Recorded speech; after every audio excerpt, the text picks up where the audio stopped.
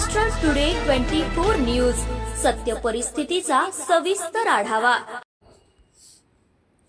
उद्धव ठाकरेंनी उपमुख्यमंत्री एकनाथ शिंदे सहित अजित पवारांवर केली टीका। उपमुख्यमंत्री एकनाथ शिंदे यांच्यावर टीका करत उद्धव ठाकरे म्हणाले की प्रत्येकजण विविध विकास प्रकल्पासाठी स्वतःचा निधी वापरतो।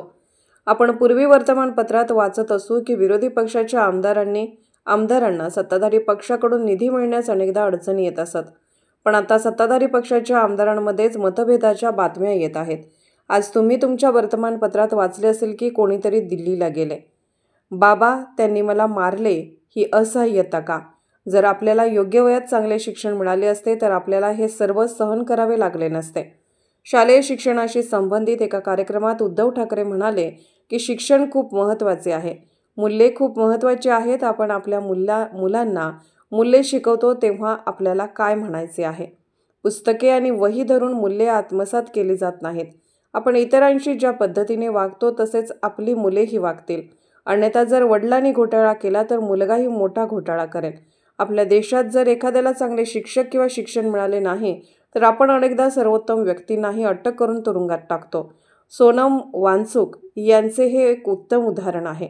एक आता तुम्ही जो बोलला ना, ड्युटी म्हणजे मशाल आणि देवटा म्हणजे असे जे काही ड्युटे निघाले त्यांना मशालीचं महत्व कळणार नाही आणि कळलेलं नाही। ही गंमत आहे मराठी भाषेची आणि मला अभिमान आहे की शिवसेनेच्या माध्यमातून पहिल्या प्रथम शिक्षक मतदारसंघातून निवडून तुम्ही सर्वांनी दिलेला आपला लोकप्रतिनिधी इकडे तिकडे काही वायटपणा न करता शिक्षक म्हणून विधान परिषदेत सुद्धा आणि आपल्या कामात सुद्धा एक वेगळा ठसा उमटवतोय।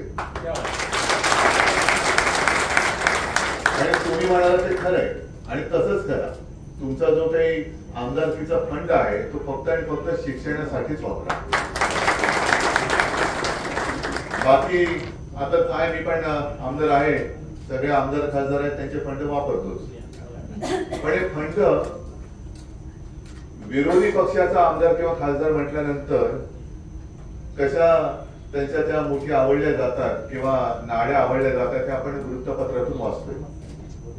आता तर कहर म्हणजे त्यांच्यातच आपापली नसा आवडण्यास सुरू झालेले आहे।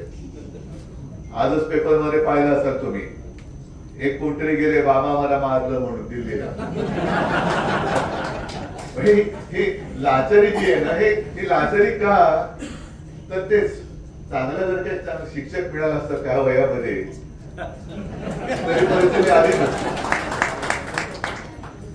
आणि गेल्या वेळेला मला वाटतं मी माझ्या आजोबांचं एक उदाहरण तुम्हाला दिलं होतं, कारण हे तुम्हाला सांगितलं पाहिजे, मागेही सांगितलं असेल की शिवसेना प्रमुखांना आणि माझ्या आजोबांना दोघांनाही शालेय शिक्षण पूर्ण नाही करता आलं।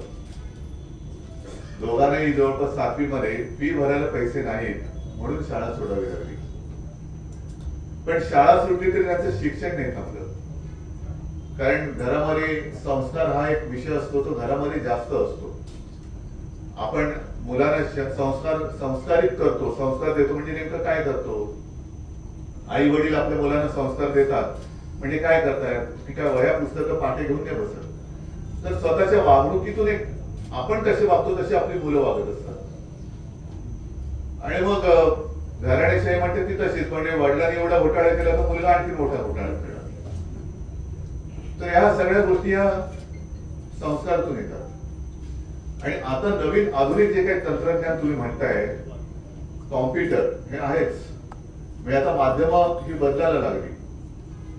आजही शाळेमध्ये पाठी आहे की नाही मला कल्पना नाही, कारण आपण सगळेजण जे माझ्या वयाचे आहेत ते पाठीवरची अक्षर गिरवत शिकलेले आहेत आणि बहुतेक आपली अक्षरं हे आपल्या आईने आपला हात हातात धरून गिरवून घेतलेली आहेत, म्हणून तिला मातृभाषा म्हणतो आपण।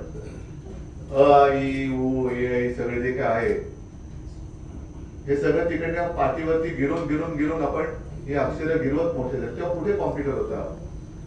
पाठीवरती अक्षरे गिरून मोठी झालेली आपण माणसं।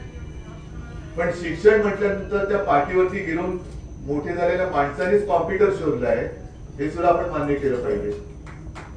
तो सुद्धा कोणी जो कॉम्प्युटरचा शोधक किंवा जनक असेल तो सुद्धा तेव्हा कुठे शिकला असेल. आणि शिक्षण पद्धती ही कालानुरूप मला असं वाटतं बदलत गेली पाहिजे. मध्ये मी एक त्यांचा सोनम वांगचुक त्यांचा कार्यक्रम पाहिला. काय आपल्या देशामध्ये परत तेच सांगतो, शिक्षण आणि शिक्षक मिळालं नाही तर चांगल्या लोकांना सुद्धा कसं देशद्रोही ठरवून तुरुंगात टाकलं जातं, हे सोनम वांगचुक एक उत्तम उदाहरण आहे. महाराष्ट्र टुडे मराठीसाठी ब्युरो रिपोर्ट, मुंबई.